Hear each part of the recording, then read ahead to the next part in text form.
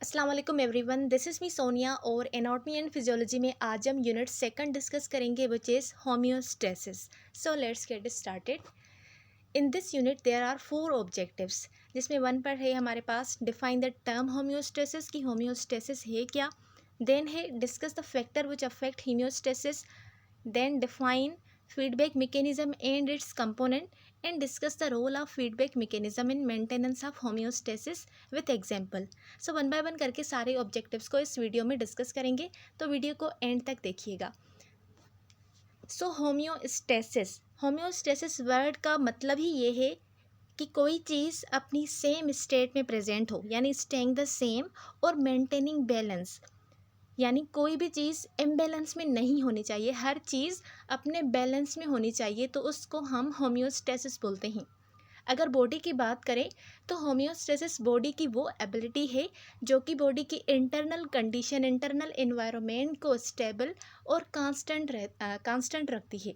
यानी इवन कि एनवायरमेंटल जो आउटसाइड का एनवायरनमेंट है, बॉडी के आउटसाइड जो एनवायरनमेंट है उसमें कोई भी चेंजेस अगर हो तो उसका इफेक्ट बॉडी के इंटरनल इन्वायरमेंट पर नहीं पड़ना चाहिए। ठीक है, बाहर कुछ भी हो रहा हो उसका असर अंदर नहीं होना चाहिए। तो होम्योस्टेसिस बॉडी में क्या करता है, बॉडी की वो एबिलिटी है जो कि बॉडी की इंटरनल कंडीशन, इंटरनल एनवायरनमेंट को कांस्टेंट और स्टेबल रखता है, उसको बैलेंस में रखता है। इसको ही हम सिंपली होम्योस्टेसिस बोलते हैं। सो this is the proper definition of homeostasis. पहले हमने टर्म को डिस्कस किया, अब इसकी डेफिनेशन क्या हो सकती है मेडिकल टर्मिनोलॉजीज़ में। So homeostasis is the ability of an organism or cell. ठीक है, ऑर्गेनिज्म हो सकता है या फिर सेल भी हो सकता है, क्योंकि हमने ये भी स्टडी किया है कि सेल जो होते हैं बॉडी के अंदर वो भी अपने एनवायरनमेंट को मेंटेन रखना चाहते हैं, तो उनमें भी होम्योस्टेसिस अकर होती है। सो होम्योस्टेसिस क्या है, ये एबिलिटी है ऑर्गेनिज्म और सेल्स की जो कि रेगुलेट करते हैं अपने इंटरनल एनवायरनमेंट को और मेंटेन करते हैं एक कांस्टेंट और बैलेंस स्टेट। जैसे कि टेम्परेचर, हमारी बॉडी का टेम्परेचर 37 डिग्री सेल्सियस होता है, तो हमारी बॉडी का जो होम्योस्टेसिस मैकेनिज्म है वो क्या करेगा, उसको इसी सेम टेम्परेचर के ऊपर कांस्टेंट करके रखेगा, पीएच को नॉर्मल करके रखेगा, वाटर लेवल नॉर्मल होगी, which are necessary for survival. अगर इन तीनों फैक्टर्स में चेंजिंग आ गई, पीएच इंक्रीज हो जाती है तो क्या होगा, क्या होता है, बॉडी में अल्कलोसिस हो जाती है, और अगर पीएच डिक्रीज हो जाती है तो एसिडोसिस कंडीशन स्टार्ट होती है जो कि बॉडी के लिए हार्मफुल होती है। तो इन सारी चीज़ों को बैलेंस में रहना होता है, अगर ये बैलेंस में नहीं है तो बॉडी डिस्टर्ब हो जाएगी। So that's why homeostasis is necessary for survival. इस टर्म को मज़ीद क्लियर करने के लिए ये एक अदर एग्जाम्पल है जो कि बॉडी के टेम्परेचर रेगुलेशन का है।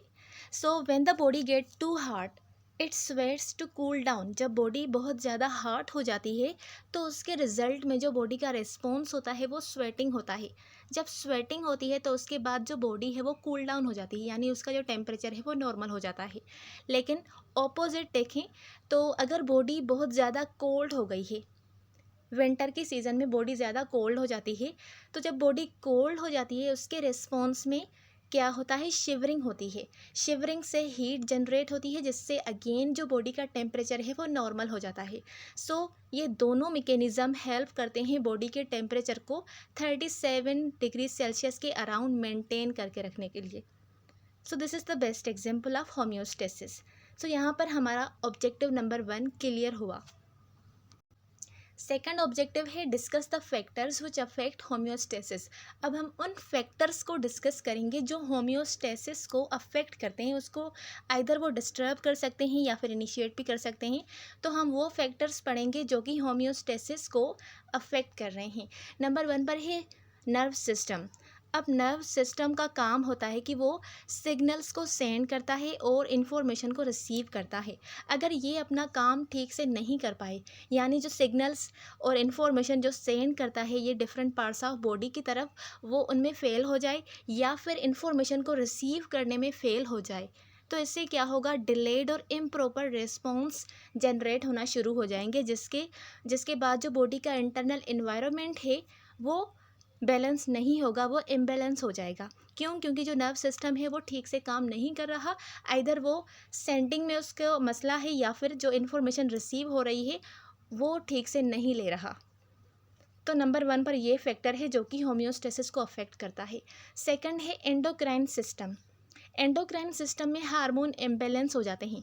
एंडोक्राइन सिस्टम का क्या काम होता है कि वो हार्मोन्स को जनरेट करता है और उसको अपने टारगेट्स की तरफ भेजता है अपने स्पेसिफिक काम के लिए। तो अगर हार्मोन में इम्बैलेंस हो जाएगा तो there is the disturb metabolism and growth, क्योंकि हमें पता है हार्मोन्स जो होते हैं वो बॉडी की मेटाबॉलिज्म के लिए नेसेसरी होते हैं और ग्रोथ के लिए नेसेसरी होते हैं। तो अगर इनमें इम्बैलेंस हो जाएगा तो there is disturb metabolism and growth. Like insulin hormone, अगर इंसुलिन हार्मोन नहीं है तो बॉडी में मेटाबॉलिक डिसऑर्डर हो जाएगा, जैसे कि डायबिटीज़, ठीक है, शुगर लेवल हाई हो जाएगी। देन थर्ड है हमारे पास बॉडी टेम्परेचर। बॉडी टेम्परेचर अगर बहुत ज़्यादा या फिर बहुत कम हो जाएगा तो उसका इफेक्ट बॉडी में प्रेजेंट वर्किंग एंजाइम्स के ऊपर होगा, ठीक है। जो वर्किंग एंजाइम्स हैं वो अपना काम नहीं कर पाएगी, क्योंकि बहुत ज़्यादा हाई और बहुत ज़्यादा लो टेम्परेचर के ऊपर जो एंजाइम्स है वो इनएक्टिव हो जाती हैं। तो अगेन जो बॉडी के प्रोसेसेस हैं वो फेल हो जाएंगे, ठीक है, जिसके बाद फिर से बॉडी का जो इंटरनल इन्वायरमेंट है वो डिस्टर्ब हो जाएगा, यानी होम्योस्टेसिस डिस्टर्ब हो जाएगी। Then fourth one is water and electrolyte. अगर वाटर एंड इलेक्ट्रोलाइट का इम्बेलेंस हो गया है, यानी इलेक्ट्रोलाइट में जैसे कि सोडियम पोटेशियम अगर इनकी लेवल हाई हो जाती है तो इनकी वजह से एक तो वाटर का वॉल्यूम भी इंक्रीज़ हो जाता है या फिर डिक्रीज़ हो जाता है। सो इनकी इम्बेलेंस की वजह से डिहाइड्रेशन हो सकती है बॉडी में। बॉडी का जो सारा फ्लूइड है वो बॉडी से फ्लश आउट हो जाता है, बाहर निकल जाता है, जिसके बाद डिहाइड्रेट स्टेट बन जाती है बॉडी में। क्रैम्प्स होने लगते हैं, हार्ट और नर्व माल फंक्शन होते हैं। अब हार्ट और नर्व माल फंक्शन क्यों हो रहे हैं? क्योंकि हमें पता है जो इलेक्ट्रोलाइट पोटेशियम है वो हार्ट की प्रॉपर फंक्शनिंग के लिए हेल्प करता है। अगर उसकी लेवल थोड़ी सी इंक्रीज़ या फिर डिक्रीज़ हो जाएगी तो हार्ट के ऊपर अफेक्ट पड़ेगा, जिसकी वजह से हार्ट के फंक्शन जो है वो डिस्टर्ब हो जाएगा, जिसको हम माल फंक्शन भी बोलते हैं। उसके अलावा कैल्शियम भी इलेक्ट्रोलाइट है। तो कैल्शियम हमें पता है कि नर्व कंडक्शन में हेल्प यूज़ होता है, ठीक है। अगर कैल्शियम भी इंक्रीज़ या फिर डिक्रीज़ हो गया तो उसका इफेक्ट भी नर्व्स के ऊपर होगा और उनका फंक्शन डिस्टर्ब हो जाएगा। Then fifth one is nutrition and diet. अब इसमें दो कंडीशन अगर हो सकती है, आइदर जो बंदा है वो एक्सेस अमाउंट में न्यूट्रिशन कंज्यूम कर रहा है, यानी ज़्यादा अमाउंट में प्रोटीन्स, लिपिड, बहुत सारे न्यूट्रिएंट्स इनटेक कर रहा है, या फिर इसके ऑपोजिट देखें तो उसको उसकी डेफिशिएंसी भी हो सकती है, यानी कम अमाउंट में डाइट ले रहा है, ठीक है, न्यूट्रिशन उसकी बहुत कम है, पुअर न्यूट्रिशन है, ना प्रोटीन ले रहा है ना लिपिड ले रहा है, ठीक है। तो इससे क्या होगा, इससे जो न्यूट्रिएंट्स हैं उसकी डेफिशिएंसी हो गई, ठीक है। अगर न्यूट्रिएंट्स की डेफिशिएंसी हो जाएगी तो एनर्जी नहीं होगी, क्योंकि एनर्जी कहाँ से आती है, जब हम न्यूट्रिशन लेते हैं, न्यूट्रिएंट्स लेते हैं, ठीक है। तो डेफिशिएंसी में एक तो एनर्जी लॉस होगी, और अगर कोई एक्सेस ईट करेगा तो उसको ओबेसिटी हो जाएगी और ऑर्गन के ऊपर स्ट्रेन पड़ेगा। तो अगेन बॉडी का जो इंटरनल एनवायरनमेंट है वो डिस्टर्ब हो जाएगा। उसके बाद है हमारे पास डिजीज़ और इन्फेक्शन। अब डिजीज़ और इन्फेक्शन का मतलब ही ये है कि बॉडी की डिस्टर्ब कंडीशन। तो ये डिस्टर्ब कंडीशंस क्या करेंगी, डैमेज करेगी टिश्यूज़ को और ऑर्गन्स को, क्योंकि इन्फेक्शन में क्या होता है, इन्फ्लामेशन होती है, पस की फॉर्मेशन होगी और उसके अलावा जो टिश्यू है वो डैमेज हो जाएगा। तो जब टिश्यू और ऑर्गन्स डैमेज हो जाएंगे तो उनका काम कौन करेगा, उनका काम फिर से डिस्टर्ब हो जाएगा, जिससे उनकी नॉर्मल फंक्शनिंग भी डिस्टर्ब हो जाएगी। देन सेवन्थ फैक्टर है स्ट्रेस। जब स्ट्रेस होता है तो उस दौरान बॉडी में कॉर्टिसोल हार्मोन की लेवल इंक्रीज़ हो जाती है। जब कॉर्टिसोल हार्मोन की लेवल इंक्रीज़ हो जाती है तो बॉडी का हार्ट रेट इफेक्ट होता है, डाइजेशन के ऊपर अफेक्ट पड़ता है और इम्यूनिटी के ऊपर अफेक्ट पड़ता है। Then eighth one is life style choices, जिसमें पुअर हैबिट्स आ जाती हैं। अगर किसी की पुअर हैबिट्स हैं, वो ज़्यादातर एक्टिविटीज़ नहीं कर रहे हैं, एक्सरसाइज नहीं कर रहे हैं, बस एक ही जगह पर बैठे होते हैं, तो उनके जो बॉडी के सिस्टम्स होते हैं वो वीक हो जाते हैं एंड उनके जो रिपेयर मैकेनिज्म है वो भी वीक हो जाते हैं। तो ये लाइफ स्टाइल चॉइसेस जो हैं वो भी अफेक्ट करती हैं इंटरनल इन्वायरमेंट के ऊपर, ठीक है। इसीलिए कहते हैं कि एक्सरसाइज जो है वो बॉडी के लिए मस्ट है। Then age, slower healing, weak immune and hormonal response. जैसे जैसे एज इंक्रीज़ हो जाती है वैसे वैसे जो हीलिंग का पावर है वो स्लो हो जाता है, इम्यून सिस्टम वीक हो जाता है और हार्मोनल रिस्पॉन्सेस जो है वो भी वीक हो जाते हैं। तो ये तो नेचुरल फिनोमिना है, लेकिन ये भी फैक्टर है जो कि अफेक्ट करता है इंटरनल एनवायरनमेंट के ऊपर। देन बात करते हैं एनवायरनमेंट के ऊपर। एनवायरनमेंट में आपका जो सराउंडिंग एनवायरनमेंट है उसमें एक्सट्रीम टेम्परेचर या फिर किसी भी चीज़ की पॉल्यूशन है तो वो भी फोर्स करती है बॉडी को हार्डर वर्क करने के लिए। So this was the factors जो कि अफेक्ट करते हैं होम्योस्टेसिस के ऊपर। तो यहाँ पर हमारा सेकंड ऑब्जेक्टिव भी हुआ क्लियर। देन थर्ड ऑब्जेक्टिव है define feedback mechanism and it's components. तो पहले डिस्कस करते हैं कि फीडबैक मैकेनिज्म क्या है। फीडबैक मैकेनिज्म एक बायोलॉजिकल सिस्टम है जो कि हेल्प करता है होम्योस्टेसिस को मेंटेन करने में by detecting changes in internal environment and responding to restore balance. यानी ये वो सिस्टम है, वो बायोलॉजिकल सिस्टम है जो कि डिटेक्ट करता है कि ऐसी कौन सी चेंजिंग आ गई है बॉडी में, ठीक है, उनको डिटेक्ट करके फिर उसको वापस अपनी नॉर्मल लेवल के ऊपर नॉर्मल बैलेंस में लाता है। इसको ही हम सिंपली फीडबैक मैकेनिज्म बोलते हैं। नाउ डिस्कस करते हैं इसके कंपोनेंट्स को फीडबैक मैकेनिज्म के। सो नंबर 1 पर है हमारे पास स्टिम्युलस। अब स्टिम्युलस का मतलब है कोई एक्सटर्नल चीज़, एक्सटर्नल एनवायरनमेंट या फिर इंटरनल ही कोई चेंजेस जो कि किसी चीज़ को स्टिमुलेट करे, मैसेज प्रोवाइड करे, उसको हम स्टिमुलस बोलते हैं। So it is a change in the internal or external environment. For example rise in body temperature. तो ये क्या है, ये स्टिमुलस है, ये आइदर एक्सटर्नल भी हो सकता है, इंटरनल भी हो सकता है, ठीक है। अब इस स्टिमुलस को कोई सेंस करेगा, उसको हम बोलते हैं रिसेप्टर या फिर सेंसर। ये क्या करेगा, ये इस स्टिमुलस को डिटेक्ट करेगा और सिग्नल्स को सेंड करेगा कंट्रोल सेंटर की तरफ, यानी हमारे ब्रेन की तरफ। फॉर एग्जाम्पल टेम्परेचर सेंसर्स जो कि प्रेजेंट होती हैं स्किन में, वो सेंस करेंगे कि बाहर का जो टेम्परेचर है वो इंक्रीज़ है, ठीक है। फिर उसका मैसेज जो है वो ब्रेन की तरफ सेंड करेंगे कि टेम्परेचर हाई हो गया है, इसको वापस अपनी नॉर्मल लेवल के ऊपर लाया जाए। तो ये रिसेप्टर या फिर सेंसर का काम होता है उस स्टिमुलस को डिटेक्ट करना। देन थर्ड कंपोनेंट है हमारे पास कंट्रोल सेंटर, जहाँ पर ये सिग्नल्स जाते हैं। यूजुअली ब्रेन और एंडोक्राइन ग्लैंड्स जो होते हैं वो ही इन सिग्नल्स को एनालाइज करते हैं कि ये कौन से टाइप के सिग्नल है, आइधर ये टेम्परेचर के है, आइधर ये प्रेशर के है, या फिर दूसरी चीज़ों के है।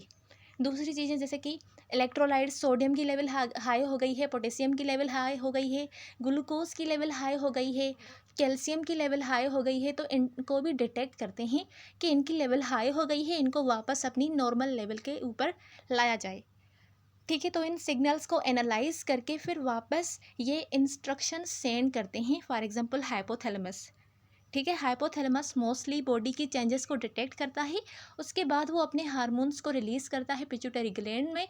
पिट्यूटरी ग्लैंड फिर वापस दूसरे ऑर्गन्स को कमांड करती है कि आप इस हार्मोन की लेवल को डिक्रीज़ करें, इस हार्मोन की लेवल को इंक्रीज़ करें, okay. Then fourth one is effector, जो कि इफ़ेक्ट लाता है, जो कि काम करवाता है। तो जो इंस्ट्रक्शन ब्रेन यानी कंट्रोल सेंटर ने सेंड करनी होती है वो इफेक्टर के थ्रू सेंड करता है। तो जो इफेक्टर होते हैं वो कैरी करते हैं रेस्पॉन्सेस को, ताकि उन कंडीशंस को रिस्टोर कर सकें। फॉर एग्जांपल स्वेट ग्लैंड्स की तरफ मैसेज ले जाएगा कि स्वेटिंग करवाओ ताकि बॉडी का टेम्परेचर डिक्रीज़ हो जाए। मसल्स की तरफ मैसेज को सेंड करेंगे, और डिफरेंट ऑर्गन्स जैसे कि थायराइड ग्लैंड हो गई, पेनक्रियास हो गया, उसके अलावा जैसे कि एड्रिनल ग्लैंड हो गई, इन सारे ग्लैंड्स को कमांड करेगा कि आपकी हार्मोन्स की लेवल हाई हो गई है, या इनको आप डिक्रीज़ करें या फिर इंक्रीज़ करें। देन लास्ट है रेस्पॉन्स। रेस्पॉन्स में क्या होता है, एक्शन लिया जाता है। उस जो एबनॉर्मल कंडीशन है ना, एबनॉर्मल चेंज आ गई है, उसको वापस अपनी नॉर्मल लेवल के ऊपर लाना, तो इसको हम बोलते हैं एक्शन, ठीक है। इसमें इस कंडीशन में क्या, इस कंपोनेंट में क्या हो रहा है, एक्शन लिया जा रहा है। फॉर एग्जांपल एक्शन क्या है, sweating to cool the body. Sweat glands की तरफ मैसेज आया, इफेक्टर लेकर आया, उसके बाद उसने अपना काम किया, कौन सा काम, स्वेटिंग की, ताकि बॉडी का जो टेम्परेचर है वो डिक्रीज़ हो जाए, तो इसको हम बोलते हैं रेस्पॉन्स। मज़ीद क्लियर करने के लिए इसका ये डायग्राम है। तो यहाँ पर पीछे एक बिलर इमेज है जो कि अप एंड डाउन है, ठीक है। वो बैलेंस में नहीं है, एक साइड ऊपर है और एक साइड नीचे है। ऊपर है यानी ये चेंज आ गई है, तो चेंज क्या होती है, स्टिमुलस होती है, यानी इम्बैलेंस जिसको हम स्टिमुलस बोलते हैं, उस स्टिमुलस को रिसेप्टर क्या करेंगे, उस चेंज को क्या करेंगे, डिटेक्ट करेंगे। फिर वो रिसेप्टर कंट्रोल सेंटर की तरफ इनपुट मैसेज सेंड करेंगे, यानी जिसको हम एफरेंट पाथवे बोलते हैं। एफरेंट पाथवे की मदद से वो इनपुट सेंड करेंगे कंट्रोल सेंटर की तरफ। कंट्रोल सेंटर उसको एनालाइज करेगा कि ये कौन सा मसला है, इसके लिए कौन सी इंस्ट्रक्शन होनी चाहिए, ठीक है। उसको एनालाइज करने के बाद वो वापस जो उसके लिए इंस्ट्रक्शन होनी चाहिए उसको आउटपुट करता है through efferent pathway to the effector. अब इफेक्टर का काम होता है कि वो क्या करे, जो रिस्पॉन्स वाले ऑर्गन्स होते हैं उसकी तरफ मैसेज लेकर जाए और वहाँ पर जो चेंजिंग वाला जो चेंज हुआ है, कोई कंडीशन चेंज हो गई है, उसको वापस अपनी नॉर्मल लेवल में लाना। तो यहाँ पर आप देख रहे हैं लास्ट में देयर इज इम्बैलेंस करेक्टेड, यानी जो पहले इम्बैलेंस अगर हुआ था अब वो करेक्ट हो गया है, जो कि आगे वाला डायग्राम है जिसके ऊपर होम्योस्टेसिस लिखा हुआ है। अब ये बैलेंस कंडीशन में है, ना ऊपर है या ना फिर नीचे है। तो इस मैकेनिज़्म को हम होम्योस्टेसिस बोलते हैं। ये इनके कंपोनेंट्स हैं जो कि हेल्प करते हैं होम्योस्टेसिस में। तो अब आते हैं हम अपने लास्ट ऑब्जेक्टिव के ऊपर, जिसमें हमने फीडबैक मैकेनिज़्म का रोल डिस्कस करना है कि वो किस तरह से होम्योस्टेसिस की मेंटेनेंस में हेल्प करता है विथ एग्जांपल्स। तो पहले डिस्कस करते हैं types of feedback mechanism. There are two types of feedback mechanism. Number one is negative feedback and second one is positive feedback mechanism. Negative feedback mechanism क्या करता है, उस चेंज को रिवर्स करता है, यानी जो कोई चेंज हुई है उसको रिवर्स करके वापस अपनी नॉर्मल लेवल के ऊपर लाता है, उसको कम करता है। For example blood sugar control. जो ब्लड की शुगर है उसकी लेवल हाई हो जाती है तो नेगेटिव फीडबैक मैकेनिज़्म वहाँ पर काम करके ब्लड की शुगर को डिक्रीज़ करता है, यानी नेगेटिव इफेक्ट लाता है, उसको रिवर्स करता है। पॉजिटिव फीडबैक की बात करें तो ये एम्पलीफाई करता है, मज़ीद इंक्रीज़ करता है उस चेंज को। फॉर एग्जांपल चाइल्ड बर्थ के दौरान कंट्रैक्शन होती है तो उस दौरान बॉडी क्या करती है, ऑक्सीटोसिन हार्मोन को रिलीज़ करती है, जो कि मज़ीद उस चेंज को एम्पलीफाई करता है, मज़ीद कॉन्ट्रैक्शन को इंक्रीज़ करता है। तो ये क्या है, ये पॉजिटिव फीडबैक है, ठीक है। इस कंडीशन में पॉजिटिव फीडबैक अगर होता है इस जो ये जो कंडीशन है, ये जो इम्बैलेंस है उसको मेंटेन करने के लिए। So, negative feedback mechanism, the body reverse a change to bring things back to normal. For example, if your body temperature gets too high, you start sweating to cool down, or it get too low, यानी अगर body का temperature बहुत लो है तो body shivering होती है, body में shivering अकर होती है जिससे बॉडी में हीट जनरेट होती है। तो ये सारे जो होम्योस्टेसिस अकर हो रही है वो नेगेटिव फीडबैक मैकेनिज़्म से हो रही है। So the body brings the temperature back to normal, either temperature increase हो गया है या फिर डिक्रीज़ हो गया है, रिवर्स करके वापस उनको नॉर्मल लेवल के ऊपर जो मैकेनिज़्म वापस लाता है उसको हम नेगेटिव फीडबैक मैकेनिज़्म बोलते हैं। पॉजिटिव फीडबैक मैकेनिज़्म बॉडी को क्या करता है, उस चेंज को इंक्रीज़ और एम्पलीफाई करता है इंस्टेड ऑफ रिवर्सिंग इट। इसको रिवर्स नहीं करता, मज़ीद इसको एम्पलीफाई और इंक्रीज़ करता है। ड्यूरिंग चाइल्ड बर्थ जब कंट्रैक्शन स्टार्ट होती है तो बॉडी सेम ही यहाँ पर एग्जांपल लिखा हुआ है, ऑक्सीटोसिन हार्मोन रिलीज़ होता है जो कि स्ट्रॉन्गर कंट्रैक्शन और फास्टर कंट्रैक्शन जनरेट करता है, जिससे जो है बेबी बोर्न हो जाता है। So the change keeps increasing until specific event is finished. ये चेंजेस तब तक इंक्रीज़ होती रहती है जब तक वो स्पेसिफिक इवेंट या फिर वो काम पूरा ना हो जाए। तो ये ही वो मैकेनिज़्म है जिसके थ्रू फीडबैक मैकेनिज़म्स होम्योस्टेसिस को नॉर्मल लेवल यानी होम्योस्टेसिस को मेंटेन करने के लिए हेल्प करते हैं। अब देखते हैं डिफरेंट एग्जांपल्स। नेगेटिव फीडबैक के जो एग्जांपल्स हैं यानी रोल्स भी हमने डिस्कस करने हैं। तो एग्जांपल से अगेन बॉडी टेम्परेचर का, ब्लड शुगर का भी हो गया है। आफ्टर ईटिंग शुगर राइज हो जाती है जिसके बाद इंसुलिन रिलीज़ होता है और इंसुलिन वापस शुगर को वापस नॉर्मल लेवल के ऊपर लेके आता है। ब्लड प्रेशर को देखें तो ब्लड प्रेशर जब हाई हो जाता है तो उसके बाद बॉडी में कौन सा मैकेनिज़्म स्टार्ट होता है, नेगेटिव फीडबैक मैकेनिज़्म, जो कि ब्लड वेसल्स को रिलैक्स करता है, डायलेट करता है। जब ब्लड वेसल्स डायलेट हो जाएंगी, एरिया इंक्रीज़ हो जाएगी तो प्रेशर जो है वो डिक्रीज़ हो जाएगा। तो ये सारे नेगेटिव फीडबैक मैकेनिज़्म के एग्जांपल्स हैं। पॉजिटिव फीडबैक के एग्जांपल्स देखें तो ड्राइव प्रोसेस टू कंप्लीशन, ठीक है, कंप्लीशन की तरफ पॉजिटिव फीडबैक मैकेनिज्म लेके जाते हैं। नॉट ऑनगोइंग बैलेंस, जैसे कि चाइल्ड बर्थ ये हो गया। उसके अलावा है ब्लड क्लॉटिंग, अगर कोई कट हुआ है तो उसके बाद क्या होता है, रेस्पॉन्स कौन सा होता है, प्लेक्टिवेट और प्लेटिलेट जो है वो एक्टिवेटेड हो जाते हैं। उसके बाद केमिकल्स रिलीज होते हैं, फिर मज़ीद मोर प्लेटिलेट्स उनकी जो है ना जनरेशन होती है, ज़्यादा प्लेटिलेट्स आते हैं और ज़्यादा क्लॉट्स की फॉर्मेशन होती है। उसके बाद जो ब्लीडिंग है वो स्टॉप हो जाती है। So these are the examples of positive feedback. So this was the whole about homeostasis and adaptation. I hope कि आपको आज की वीडियो क्लियर हुई होगी। मिलते हैं अगले वीडियो में, तब तक के लिए अल्लाह हाफिज़।